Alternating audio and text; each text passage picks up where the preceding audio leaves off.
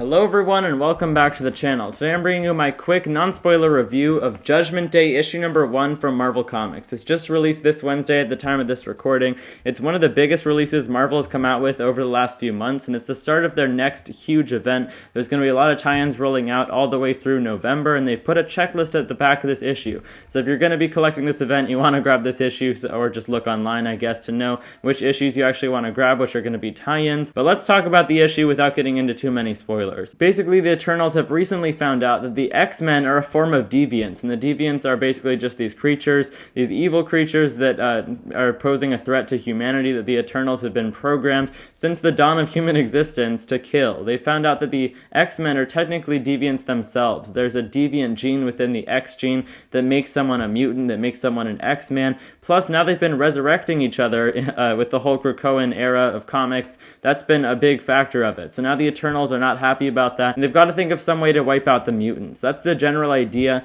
The writing is by Kieran Gillen, the artwork is by Valerio Schiti. I will say that the writing in this issue is pretty boring at times. It took me a long time to get through just like the first half, maybe more of the issue before it really got into the flow of things, before some really exciting things happened that really got me hyped for the rest of this event, and I was honestly worried that the whole miniseries is going to be like that until the second half of the issue. So if you do pick this up, I'm just going to say keep on reading. I'm sure most of you already would, but don't give up halfway through this issue, because most of the important things actually happen in the latter half. But yet Kieran Gillen's writing style still kind of confuses me at times. There's just kind of unnecessary conversations between characters. I think sometimes when he tries to be funny, or when characters have funny one-liners and things, it just doesn't quite land like it sometimes does for other writers. This is just a really kind of bizarre in general first issue for an event, in my opinion. Although some really big things happened, they weren't really executed in the same way as they would have in events like King in Black or War of the Realms, that are really big and bombastic with big ideas like this one is,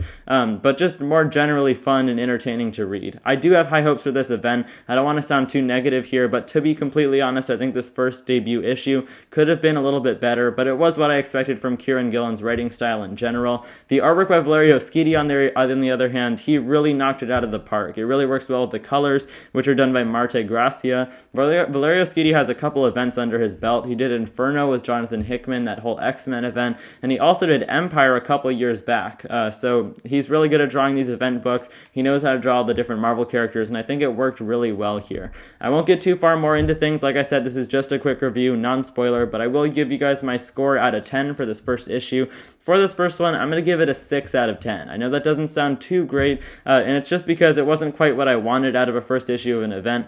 It did subvert my expectations as for the big ideas of the event in general, though. Read through the second half. There's some really huge things that happen here that are going to pan out the rest of the event that I'm really excited for. Those are my thoughts on Judgment Day issue number 1 from Marvel Comics. Let me know what you guys are thinking of this event if you've already read the issue down in the comment section below, and let me know how you think things are going to pan out plot-wise throughout the rest of the miniseries. I appreciate you guys watching. If you want to show a little bit more support to the channel, if you liked this video, make sure to hit the subscribe button down below. Thanks for tuning in, guys, and I'll see you in the next one. Bye, guys.